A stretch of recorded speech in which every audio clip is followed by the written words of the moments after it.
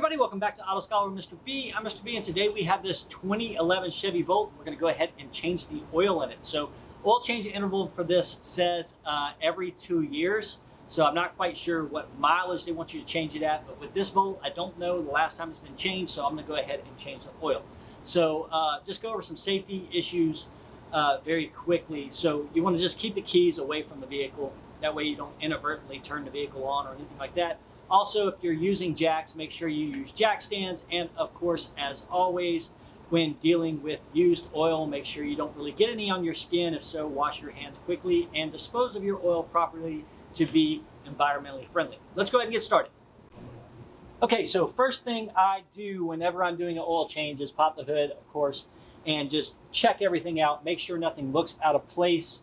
Of course, with this being a high voltage vehicle, you know, don't go poking around the orange stuff, but you want to check your brake fluid, make sure it's full, check your coolant, make sure it's full. And of course, if you have anything that's low, you want to go ahead and top it off at this point. Remember, you have 3 different coolant canisters here, and they all get Dexcool. So just remember that if you put Dexcool in here, you're not going to have a problem. So also what I like to do when I change my oil is pull the oil dipstick and make sure that I'm not low on oil. And if I am, then that's something I need to kind of monitor throughout the oil change periods. If you're missing some oil in between oil changes, just kind of figure out how much you're missing and how many miles you've gone, and just know that your car is consuming that amount of oil. With this car having 275,000 miles on it, you know, if this was a normal car, I'd probably be using a lot of oil, but being the fact that the engine probably doesn't run a whole lot on this, it's probably okay. So I just check everything out. Also, make sure you fill your washer fluid up. And I use a Rain-X washer fluid. It kind of looks like the Dexcool coolant. It's an orange color. And it works well on improving your visibility through the driving cycle. So I use that in all of my cars, and I recommend it. I'll put a link to that down in the description.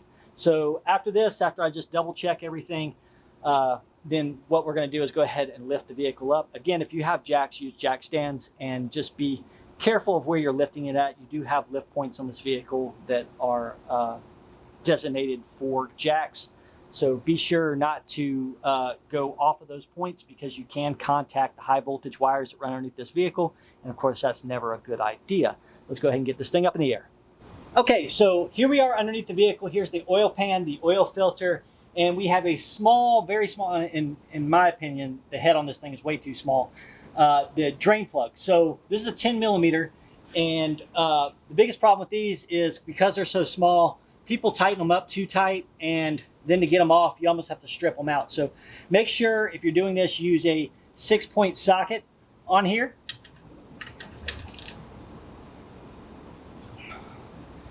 Okay, and this tightens back up at 14 Newton meters, and that is going to assure that it won't have any problems here. So we're going to go ahead and let this drain. Oil is pretty black. I don't have any information on how long ago this was changed, but we're going to make sure it's right now. And we'll let that drain. Okay, on the drain plug, there is a little rubber O-ring in here. Just make sure it's soft. If it is, you could probably reuse this. If it starts getting hard, you need to go ahead and just get a new drain plug from Chevrolet for this. So we're going to go ahead. This is just down to a drip. Spin this back in with our fingers.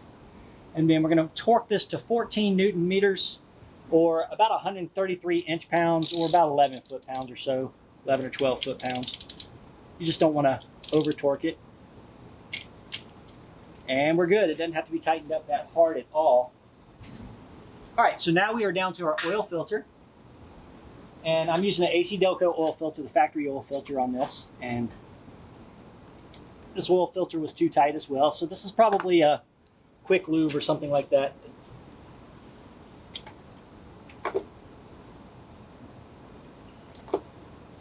Change the oil in this. And so this will leak a little oil too.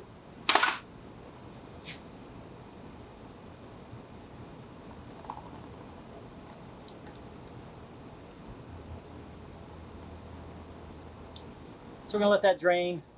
Also, very important to make sure that the O-ring on this oil filter comes off with it, doesn't get stuck to the engine, because that will be a serious problem. You'll leak out all your oil and not know it.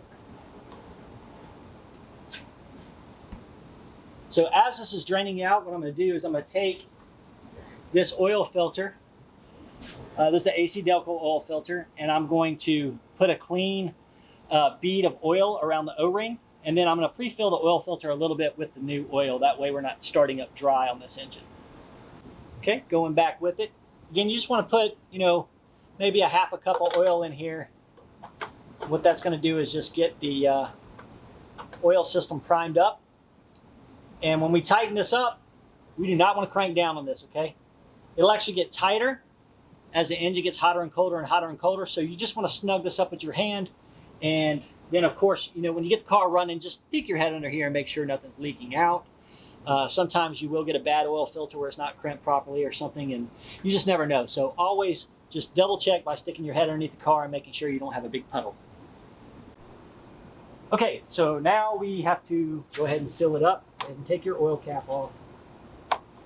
And it says 5W30 right there on the cap. It says for if you're in very cold temperatures, I would say below zero for a lot of the year, you can use zero weight, 0W30, but for most of the world, we're going to be using 5W30, and I'm using AC Delco's full synthetic oil here as well. So I always like to stick pretty much with the factory on stuff when it comes to EV and hybrid vehicles. Definitely want to use a funnel. This filler is a little small, and it's going to take 3.7 quarts of oil. And of course, we're going to check that after the engine runs for a little bit. We're going to shut the car off, let it sit for about 30 seconds and check. Okay, in the home stretch, just want to make sure that the oil cap has a good seal on it.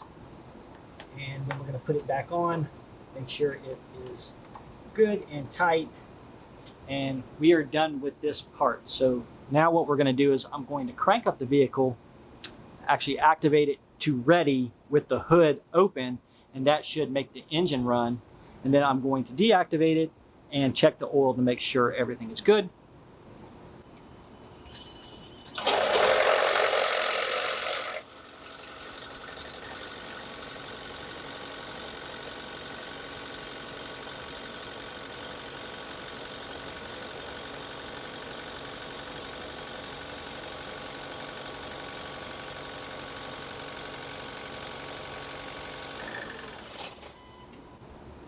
All right, so after you crank it up, let it sit for about 30 seconds for all the oil to run into the bottom of the pan.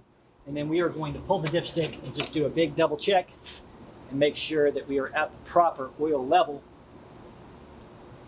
And we'll be done for 2 years, right? So yep, we are about right there. I know it's probably hard to see, but we are good to go. Okay, now we have to reset the oil minder here. So we have this scroll button here, and we're going to scroll over to oil life, and it shows 95% of oil life remaining, and I don't believe that at all looking at the oil that came out of there. So we are going to select that, and of course, you sure you want to reset? It's going to go ahead and click to yes, press select again, and we have reset, so we are at 100%. Okay, everyone, thank you for following along with this tutorial. If you have any questions, please leave them in the comments. Also, I'm on Facebook, Instagram, Twitter, VK.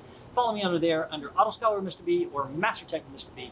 Also, I have put affiliate links to everything in the description that I used, and also to the repair manual system that I use for downloading repair manuals for your specific vehicle. So check that out. Remember, those are affiliate links, and the channel does get a small commission every time those are used. Thank you, as always, for your support. We'll see you next time on Auto Scholar Mr. B.